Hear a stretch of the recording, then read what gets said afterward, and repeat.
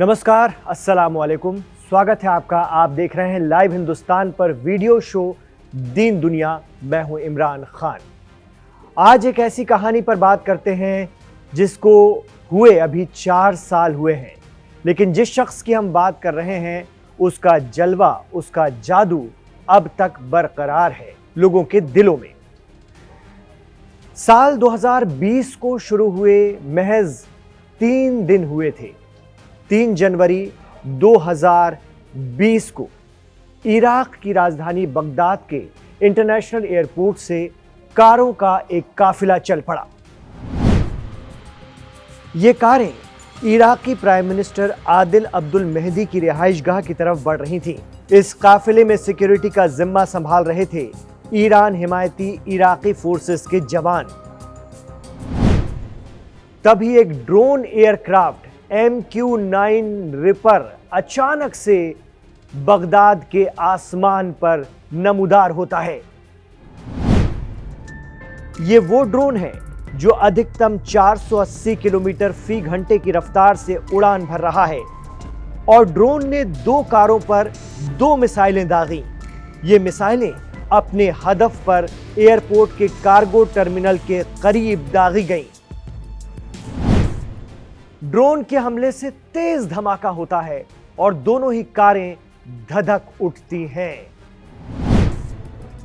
जब आग पर काबू किया जाता है और अंदर बैठे लोगों की हालत देखी जाती है तो एक राख हो चुकी कार में सिर्फ एक हाथ नजर आता है जिसमें हुसैनी लाल अंगूठी है। यह हाथ ईरान के जनरल कासिम सुलेमानी का था।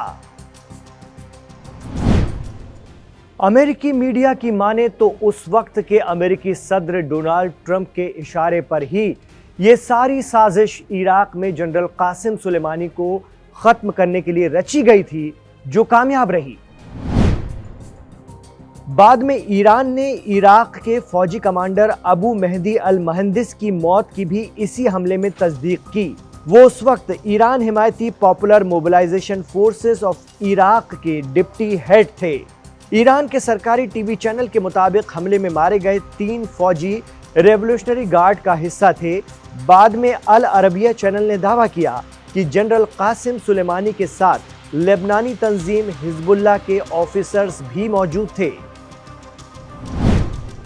जनरल कासिम सुलेमानी, जिन्हें ईरान के अलावा लेबनान, सीरिया, फिलिस्तीन, यमन और इराक में शहीद के तौर पर याद किया जाता है।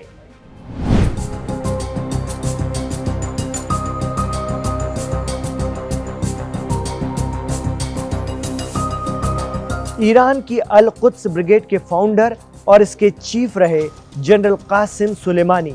यही वो फोर्स है जिसने मस्जिद अक्सा यानी बैतुल मुक़द्दस की आज़ादी का जिम्मा उठाया। इस वक्त लेबनान, इराक और यमन से जितनी भी इस्लामिक रेजिस्टेंस फोर्सेस इसराइल के खिलाफ लड़ रही हैं, उन्हें खड़ा करने में ईरान के जनरल कासिम सुलेमानी का बहुत बड़ा किरदार माना जाता है। इतना ही नहीं, जब इराक और सीरिया में साल 2011 से लेकर 16 के बीच ISIS यानी दाइश के दहशतगर्द कोहराम मचा रहे थे, कत्ल गारत कर रहे थे, उस वक्त जनरल कासिम सुलेमानी ने ही उनका मुकाबला किया, उनके मुकाबले के लिए वहां के लोगों को तैयार किया।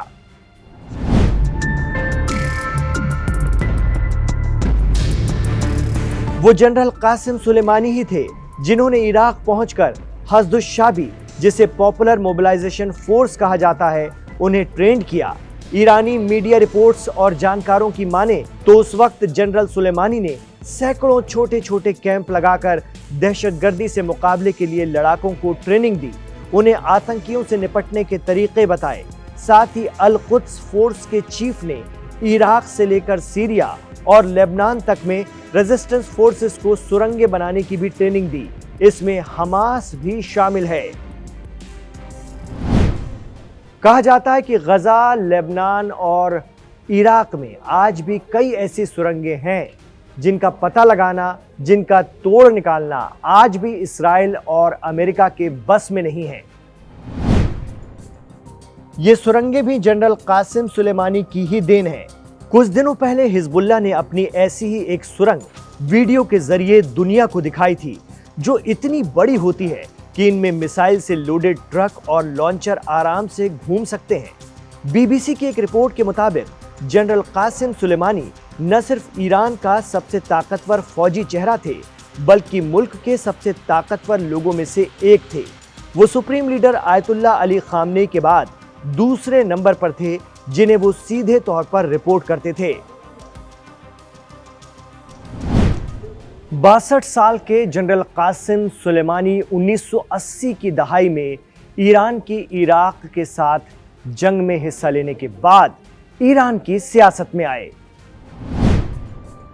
कुल आलम यजीऊन मिन अल-गर्ब लिश-शर्क़ यहूद कुल्लुहुम मा यस्तकीऊन यमन अज़मत हज़ा अम्र बिल्लाह।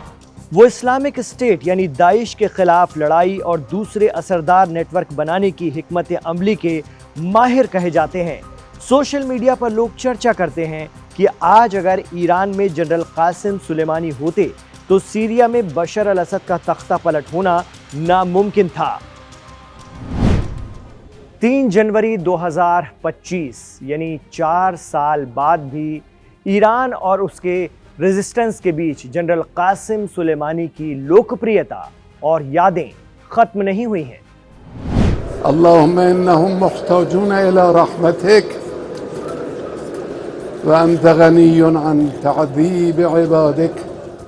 4 साल पुराने वीडियो गवाह हैं कि जब जनरल कासिम सुलेमानी का जज्द खाकी इराक से ईरान ला गया तो उस वक्त उनके लिए जैसे पूरा ईरान सड़कों पर उतर आया था। कहा जाता है कि मिडिल ईस्ट में फिलिस्तीन की आज़ादी के लिए ईरानी प्रतिरोध की धुरी यानी एक्सेस ऑफ रेजिस्टेंस बनाने में अगर किसी ने सबसे बड़ा और अहम किरदार निभाया था तो वो जनरल कासिम सुलेमानी ही थे।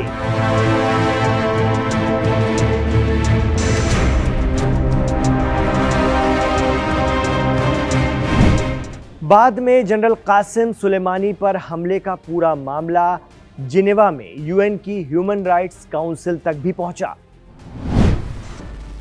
मीडिया रिपोर्ट्स के मुताबिक अमेरिका ने ऐसा कोई सबूत नहीं दिया जिससे पता चले कि जनरल कासिम सुलेमानी अमेरिकी हितों के खिलाफ इराक में किसी हमले का मंसूबा बना रहे थे। यूएन की ह्यूमन राइट काउंसिल ने कहा कि मेजर जनरल सुलेमानी सीरिया और इराक में ईरान की फौजी रणनीति और कार्रवाइयों के प्रभारी थे, लेकिन जीवन के लिए कोई वास्तविक खतरा न होने के कारण अमेरिका के जरिए की गई कार्रवाई गैर कानूनी थी। तो ये था आज का दीन दुनिया। आप इस एपिसोड से कितना इत्तेफाक रखते हैं हमें कमेंट बॉक्स पर ज़रूर बताइएगा, और हमारे इस शो को आप दुनिया के किस हिस्से से देख रहे हैं वो भी हमें कमेंट बॉक्स पर ज़रूर बताइए। इमरान खान के साथ आखिर तक कनेक्ट रहने के लिए आपका बहुत शुक्रिया। अगर आपने अभी इस शो को लाइक नहीं किया है तो आपसे गुजारिश रहेगी कि इस शो को अभी लाइक कर दीजिए ताकि यूट्यूब के ज़रिए ज़्यादा से ज़्यादा आगे बढ़ सके। साथ ही आपसे हम ये भी कहना चाहेंगे कि हमारे चैनल लाइव हिंदुस्तान को सब्सक्राइब ज़रूर कर लीजिए। दिन दुनिया में आज इतना ही। इमरान खान के साथ आखिर तक जुड़ने के लिए बहुत बहुत शुक्रिया। अपना ख्याल रखिए और हमें अपनी दुआओं में याद रखिए।